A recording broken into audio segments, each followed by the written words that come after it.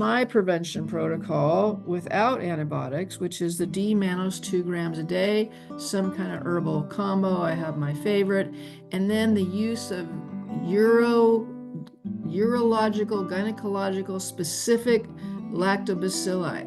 And you want one that has at least the Rhamnosus, Reuteri, Gasseri, and preferably Crispatus as well, which is not, it's common to find those other three in a women's probiotic. Crispatus is more zinger, a better zinger for recurrent UTIs. Here are some common compounded prescriptions for vulvovaginal estriol. E3 is estriol, and you just write on your prescription pad or in your electronic records 2 milligrams per gram of estriol. Insert a 0.5 ml for daily for, I typically do a loading dose of 2 weeks and then twice a week maintenance, ongoing forever, so she doesn't get urinary incontinence and bladder infections and BV.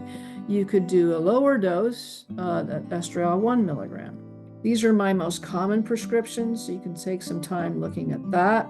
Even though progesterone cream is not proven endometrial protection, I do sometimes give women estradiol and progesterone cream, compounded, or there's a company that I like that has topical creams of estriol, estradiol, and progesterone. But I tend to like to use these in perimenopausal women who are having an occasional or regular withdrawal bleed still. So I don't have to worry about, is it endometrial protection happening or not?